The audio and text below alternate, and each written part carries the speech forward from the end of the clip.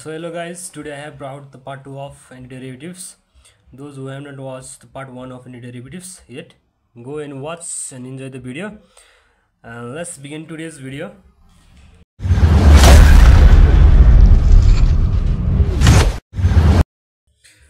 So talking about the first question, we have to remember the one formula which is related to the inverse circular function हैन. Inverse circular फंक्सनमा धेरै चाहिँ के हैन फर्मुलाहरु छन्. त्यसमध्ये एउटा फर्मुला के छ भनेपछि sin inverse x plus cos inverse x cos 2 pi by 2 हुन्छ हैन. यो फर्मुला चाहिँ सम्झिनु होला. एकदम इम्पोर्टेन्ट फर्मुला हो यो, जहाँ चाहिँ इन्भर्स सर्कुलर फंक्सनमा चाहिँ छ हैन. सो अब यो अब के हुन्छ भनेपछि sin inverse x plus cos inverse x भनेको के हुने भयो, यस्तो लेख्न मिल्यो हैन. सो यो भनेको के हुने भयो, यो भनेको के हुने भयो dx भयो हैन. यो भनेको पाई बाइ 2 dx हुने भयो हैन. सो यो पाई बाइ 2 भनेको त कन्स्ट्यान्ट हो, पाई बाइ 2 आयो हैन. अनि dx को 1 को के अरे अनि 1 को अनि यो चाहिँ dx को चाहिँ इन्टिग्रेसन के हुन्छ पाई बाइ 2 x प्लस c हुने भयो हैन. सो अब अप्सनमा हेरौँ, अप्सन राम्रोसँग हेर्नुपर्छ अनि झुक्काउन सक्छ हैन. यो पनि छ अनि भनेपछि राइट आन्सर कति डी हुने भयो हैन. सो सेकेन्ड क्वेसनमा के छ भनेपछि integrations of cos root x by root x dx को चाहिँ इन्टिग्रेसन भनेको छ हैन. सो अब हामीले एउटा कुरा के कन्सेप्ट के हो भनेपछि यसमा चाहिँ थाहा पाउनु पर्ने के छ भनेपछि यदि हामीले चाहिँ cos x प्लस dx को चाहिँ इन्टिग्रेसन सोधेको भए सिधै हामीले sin x लेख्न मिल्दैन, sin x प्लस c लेख्न मिल्थ्यो. तर यो के छ मिल्दैन के. तपाईले यो लेट गरेर गर्न पनि मिल्छ हैन. तर यो एमसीक्यू गर्दा चाहिँ लेट गर्ने टाइमिङ हुँदैन हैन. सो कन्सेप्ट थाहा पाउनुपर्छ भनेपछि कन्सेप्ट के हो भनेपछि यदि यहाँ हेर्नुस् यो एंगलमा यहाँ x को डेरिभेटिभ 1 हैन. 1 चाहिँ यहाँ अलरेडी एक्जिस्ट छ के, त्यो नदेखेको मात्रै हो, 1 एक्जिस्ट हुन्थ्यो हैन. सो अब अब यसको यो क्वेशनको बारेमा कुरा गर्दा चाहिँ रुट x को डेरिभेटिभ के हुन्छ भनेपछि 1/2 रुट x हुन्छ हैन. रुट x हुन्छ कसरी भनेपछि कसरी यो त थाहा होला तपाईले, सल्भ गर्न सकिन्छ भनेपछि 1/2 भयो भनेपछि 1/2 रुट x भयो माइनस 1/2 भयो हैन. अनि रुट x भयो अनि यो भयो हैन रुट x अनि यो 2x बाइ u भयो हैन dx भयो हैन. सो अब यदि यहाँ एंगलमा भएको चाहिँ डेरिभेटिभ एक्जिस्ट गर्यो भने त हामीले सिधै लेख्न पाइने चाहिँ sin x लेख्न पाइँदो रहेछ हैन. सो अब के गर्नु पर्यो भनेपछि यहाँ 2 थप्नु पर्यो, 2 थपौँ भनेपछि यो 2 त थपेको नि त, अनि यहाँ थपेपछि भनेपछि यहाँ 2 थप्नु पर्यो हैन. सो यहाँ सल्भ गरौँ है ल. यहाँ चाहिँ cos root x plus dx हुनु भयो हैन. भनेपछि यहाँ चाहिँ 2 थप्नु पर्यो, यहाँ 2 थप्नु पर्यो, काटियो भनेपछि के हुन्छ अब sin root x plus 2 plus c हुनु भयो भनेपछि अप्सनमा खोज्नु पर्यो कहाँ छ.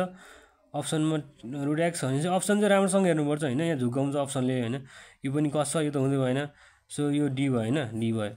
यदि तपाईलाई गर्ने आएन भनेपछि एउटा अप्सन एउटा चाहिँ दिमाग लगाउने टेक्निक के छ भनेपछि तपाईले गर्ने आएन भनेपछि तलको अप्सनको डेरिभेटिभ गर्ने, यदि माथिकोसँग मिल्यो भने ठ्याक्कै त्यही आन्सर हुन्छ के.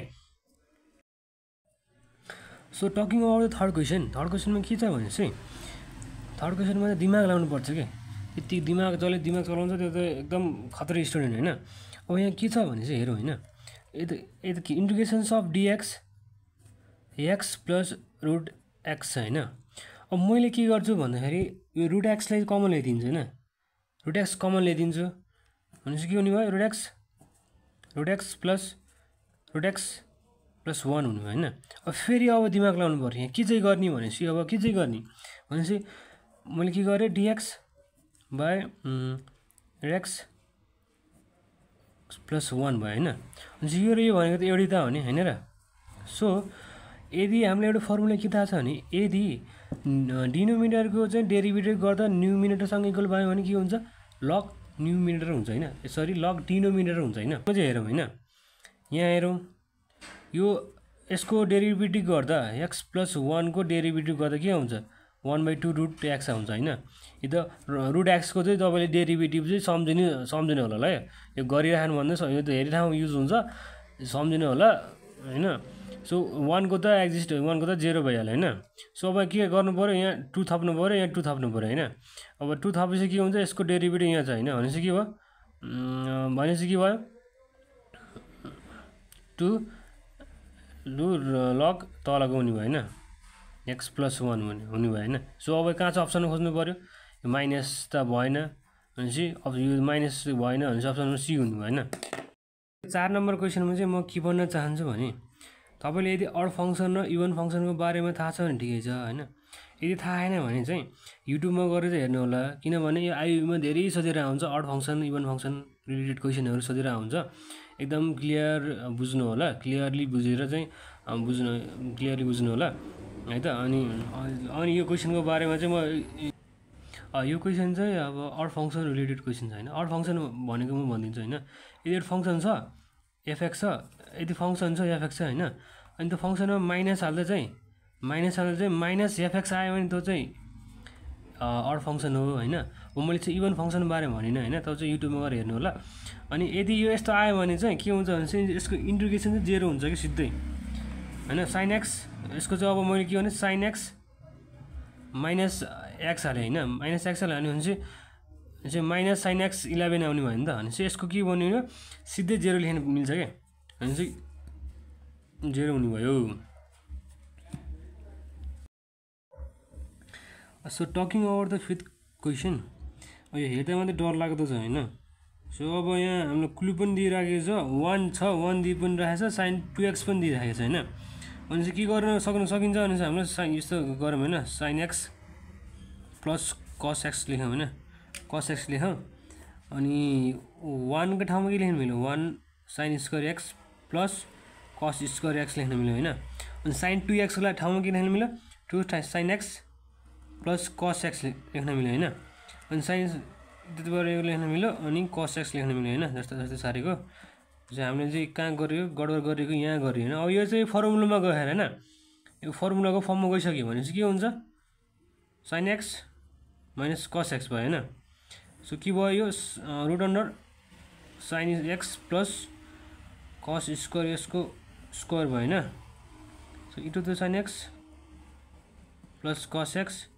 डिएक्स भयो होइन यो र यो चट काट्न मिल्यो अनि के रह्यो sign X minus cos x sign X minus cos x लेख्न मिल्यो होइन यो चाहिँ लेख्न मिल्यो माइ कस एक्स लेख्न मिल्यो बाई डिएक्स यो र यो काटियो अनि के रह्यो साइन एक्स